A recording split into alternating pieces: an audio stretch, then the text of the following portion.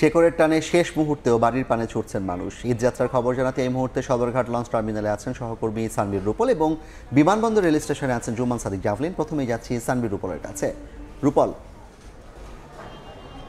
শেষ ভালো যার সব ভালো তার।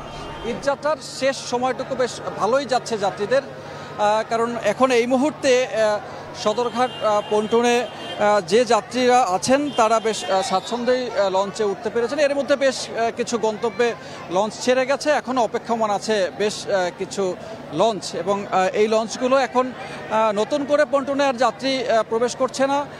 যারা এখনও পর্যন্ত প্রবেশ করেছেন তারা আসলে কোন লঞ্চটিতে উঠবেন সেটি যাচাই বাছাই করছেন, তাই এখনও বেশ কিছুটা ভিড় লক্ষ্য করা যাচ্ছে।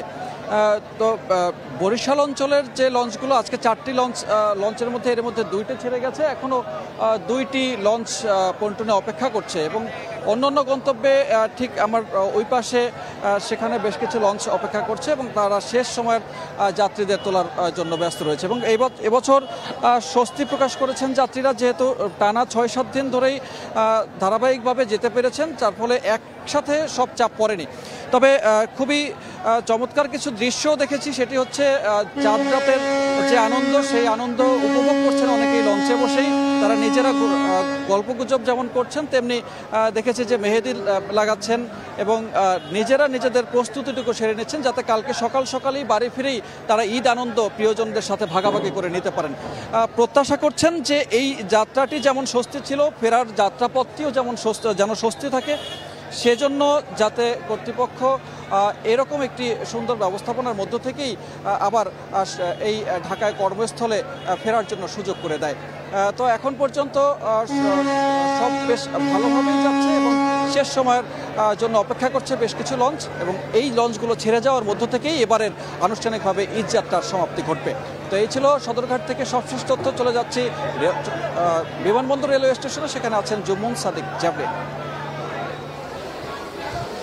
রূপল, যেমনটি বলছিলেন, আসলে ট্রেনের চিত্র যদি আপনাকে বলি, কিছুক্ষণ আগ পর্যন্ত কিন্তু এখানে বেশ কিছুটা জনতীব্রতা তৈরি হয়েছিল, অনেকেই দাঁড়িয়ে আছেন। মূলত তীব্র যে জ্যাম সেটা নয়, এখানে এই যাত্রীরা মূলত এসেছেন যে এই যে 9টা 13 মিনিটে ঠিক পৌঁছানোর কথা ছিল কুড়িগ্রাম এক্সপ্রেস, সেটি কিন্তু এখন 1 নম্বর প্ল্যাটফর্মে দাঁড়িয়ে আছে বিমানবন্দর রেল স্টেশনের, এবং এর পরপরই কিন্তু আরও 5 থেকে 6টি যেই আন্তনগর ট্রেনগুলো রয়েছে, যেটি সিলেট থেকে শুরু করে পঞ্চগড়, কিশোরগঞ্জ সহ অন্যান্য বিভিন্ন দেশের বিভিন্ন প্রান্তরে যেই ট্রেনগুলো যাবে, সেই ঈদ যাত্রীরা কিন্তু এখানে জমা হয়েছেন ইতোমধ্যেই।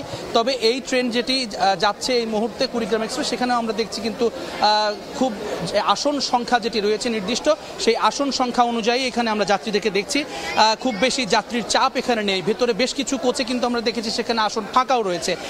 তো বরাবরের আজকে সকাল থেকেও যেটি দেখছিলাম বা গতকালকেও যেটি ছিল, যে বেশিরভাগ ট্রেনেই কিন্তু যে যাত্রীর উপচে পড়া ভিড় সেটি আমরা লক্ষ্য করিনি।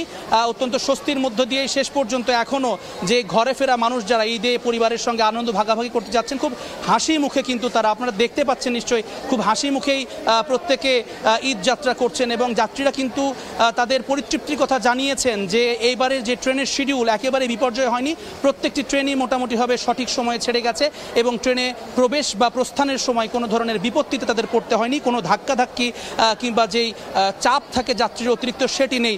একই সঙ্গে এই ট্রেনেও কিন্তু আমরা দেখছি আসলে ছাদের উপরে কোনো যাত্রী নেই। যারা যাত্রী আছেন তারা নিজস্ব আসনে বসে যাচ্ছেন, যারা স্ট্যান্ডিং টিকিট কেটেছেন তারাও কিন্তু অনেকে সৌভাগ্যবান যারা, তারা আসন পেয়ে যাচ্ছেন। তো এই ছিল এখনো পর্যন্ত আমার কাছে বিমানবন্দর রেলওয়ে স্টেশন থেকে ঈদে ঘরে ফেরার সবশেষ খবর। সরাসরি যুক্ত ছিলাম বিমানবন্দর রেল স্টেশন এবং সদরঘাট লঞ্চ টার্মিনাল থেকে, জানছিলাম সেখানকার মানুষের ঈদযাত্রার খবর।